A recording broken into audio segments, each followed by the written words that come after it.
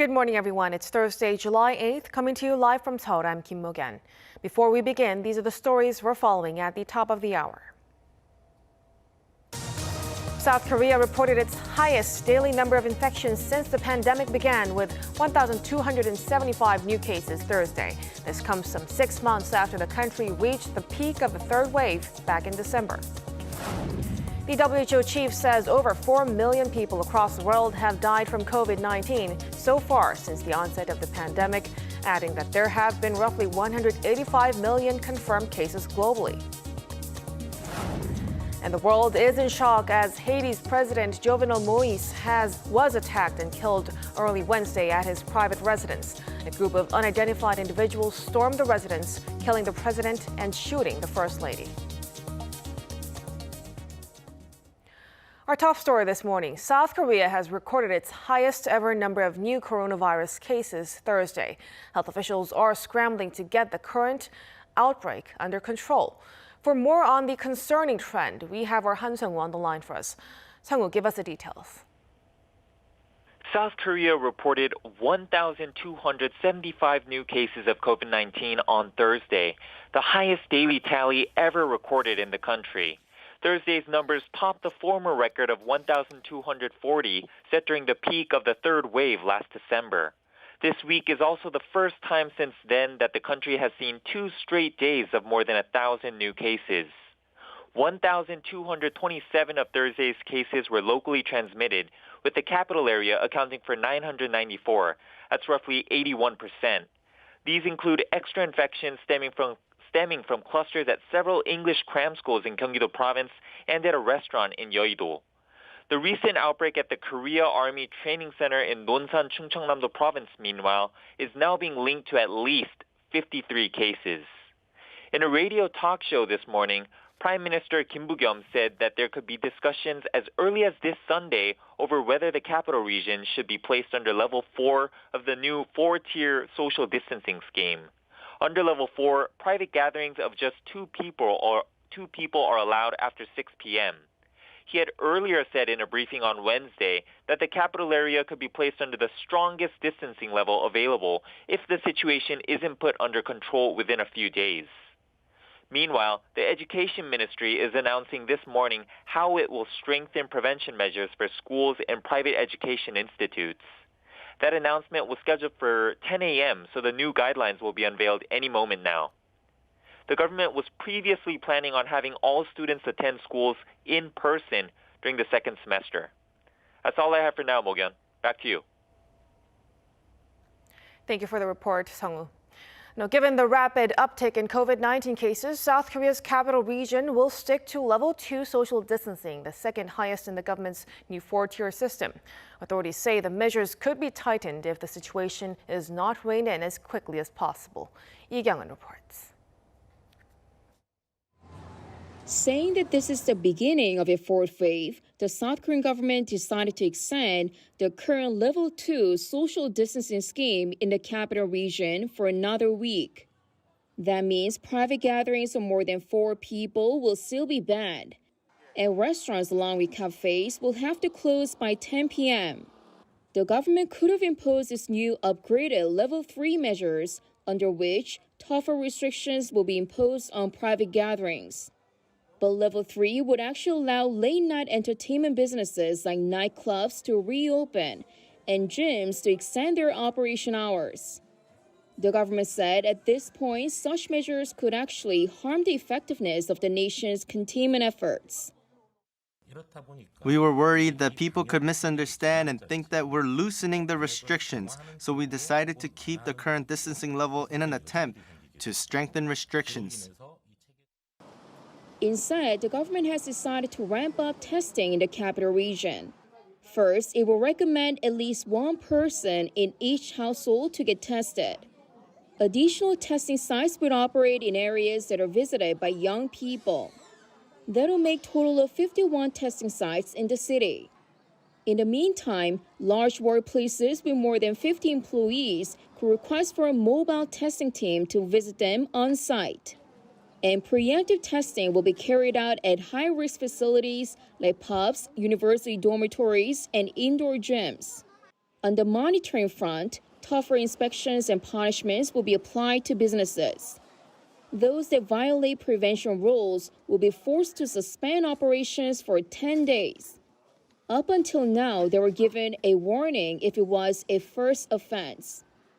If these measures don't work, the government is now ruling out imposing its toughest measures.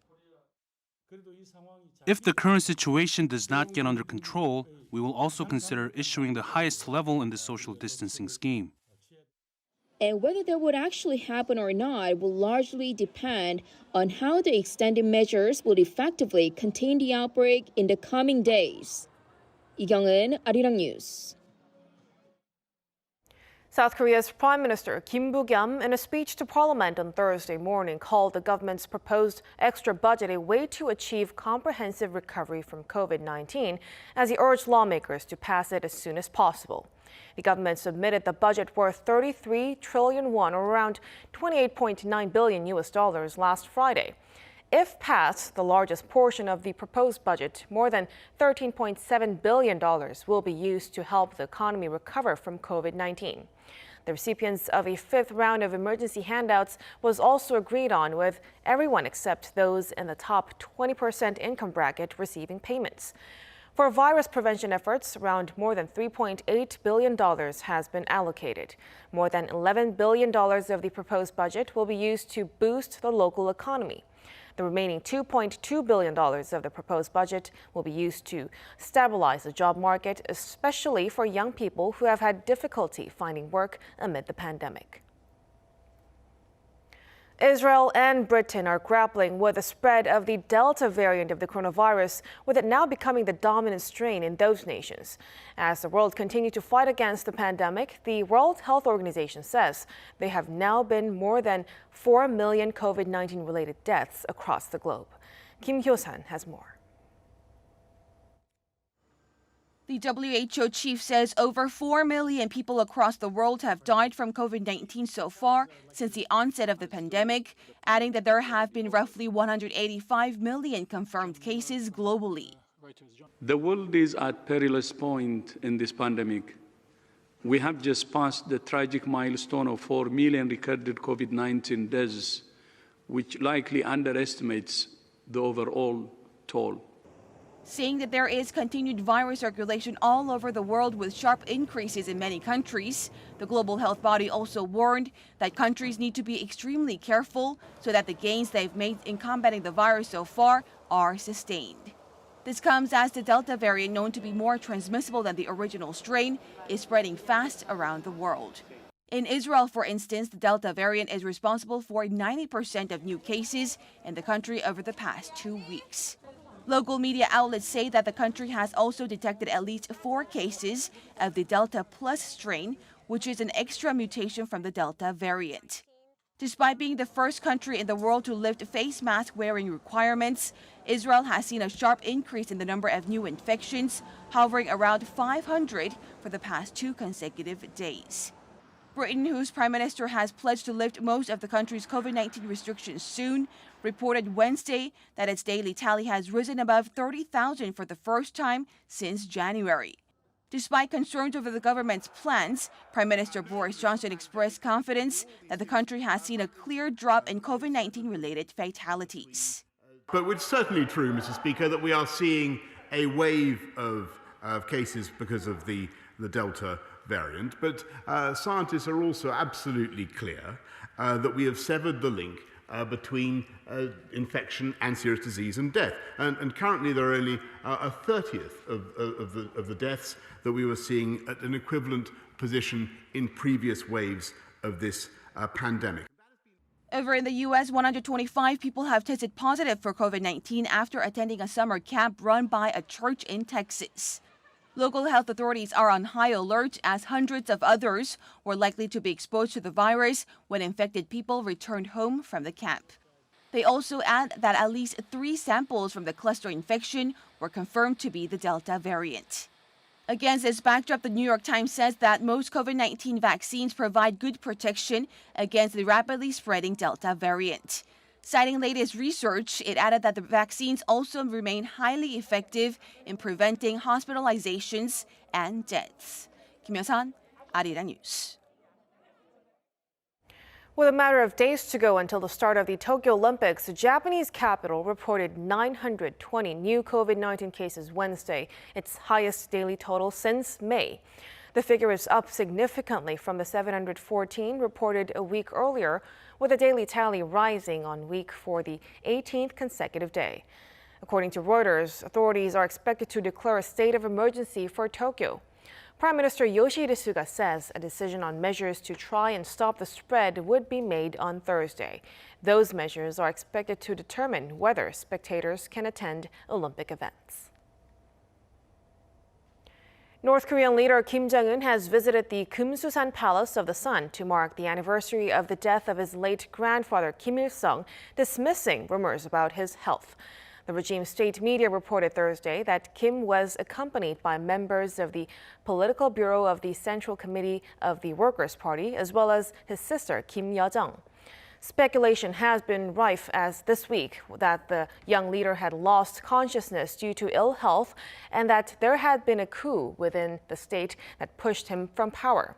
Seoul's National Intelligence Service quashed the rumors on Wednesday, saying that Kim is believed to be handling state affairs normally.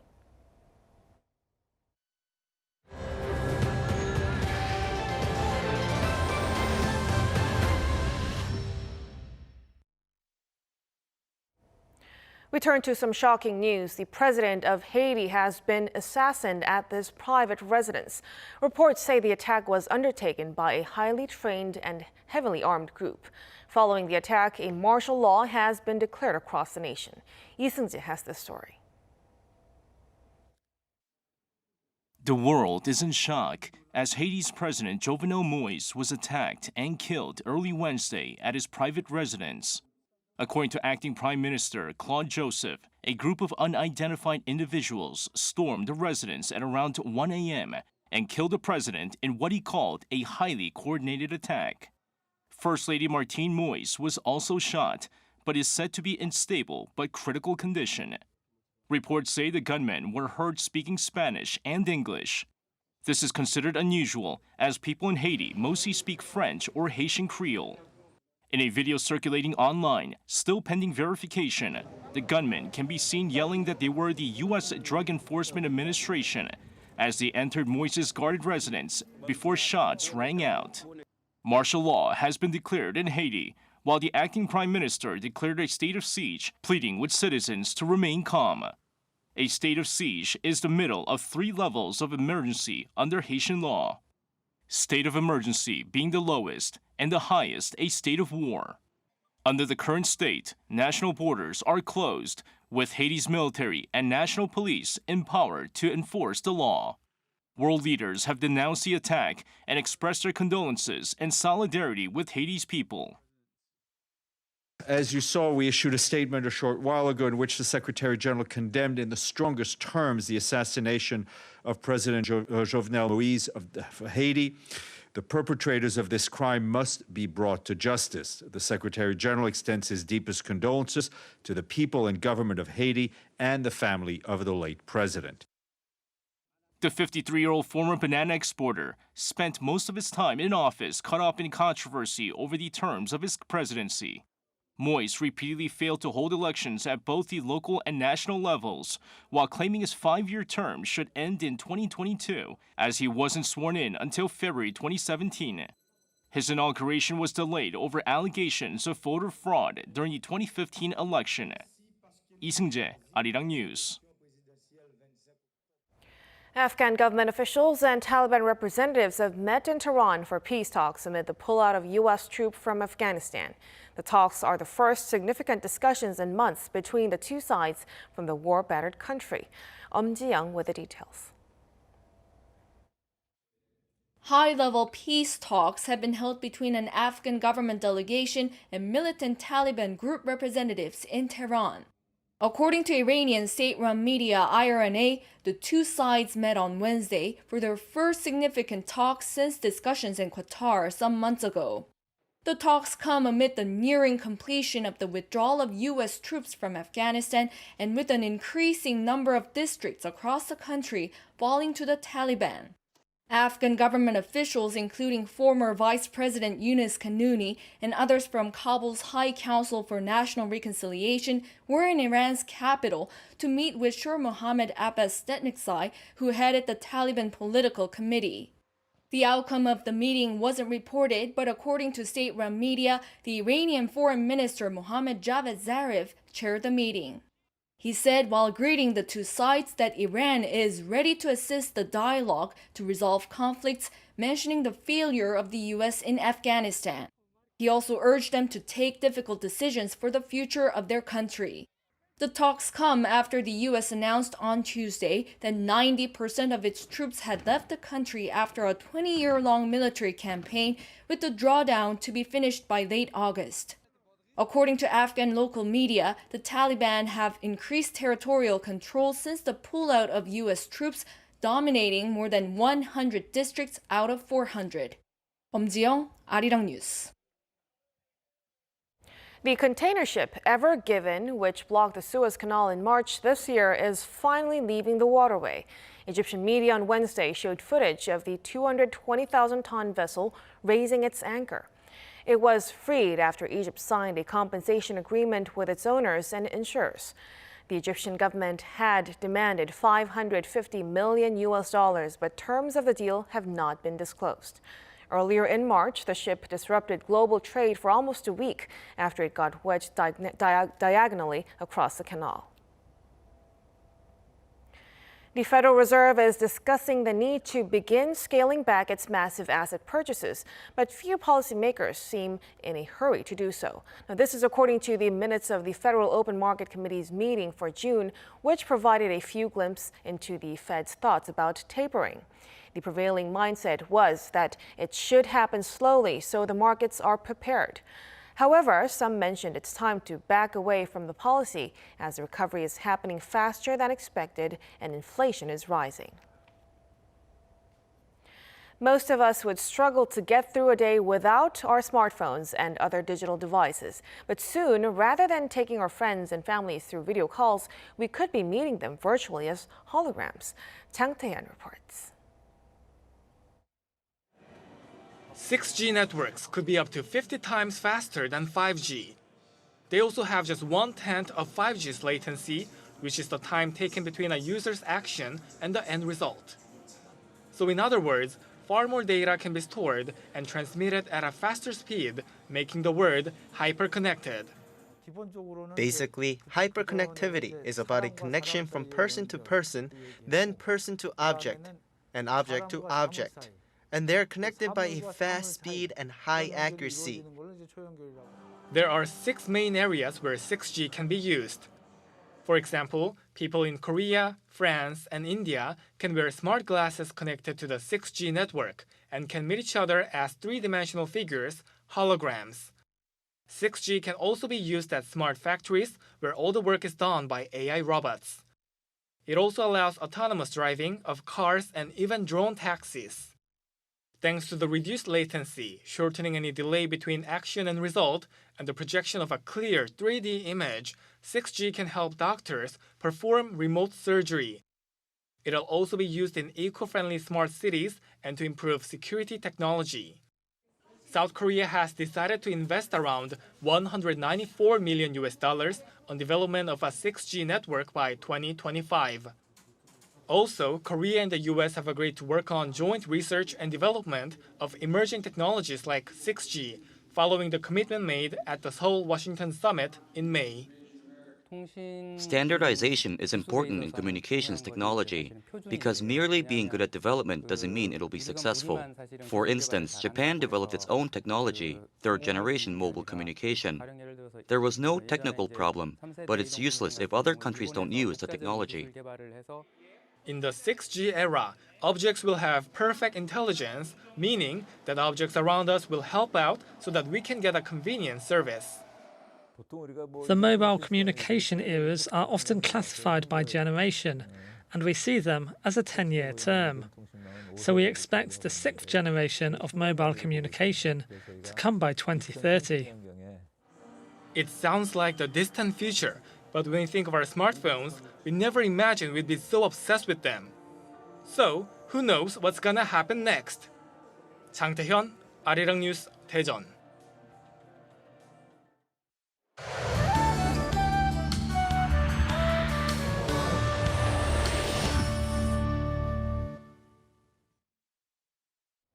Good morning.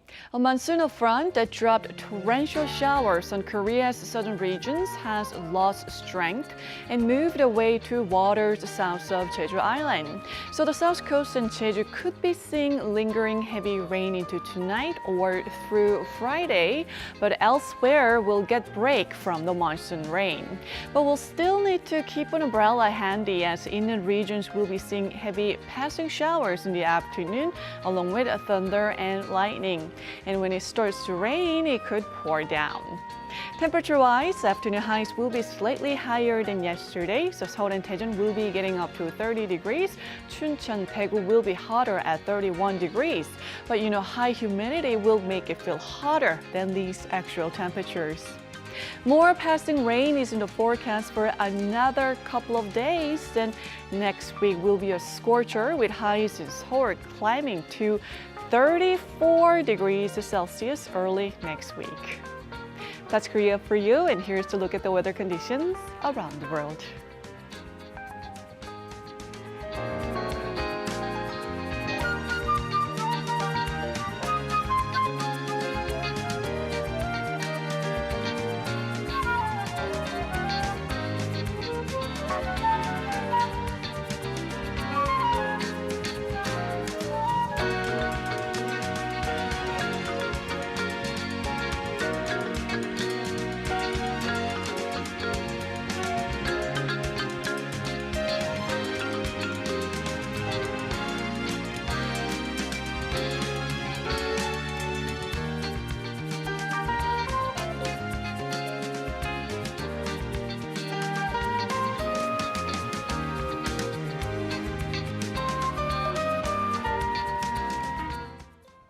And that will do it for us at this hour on Arirang News. We'll be back at noon Korea time, so stay tuned.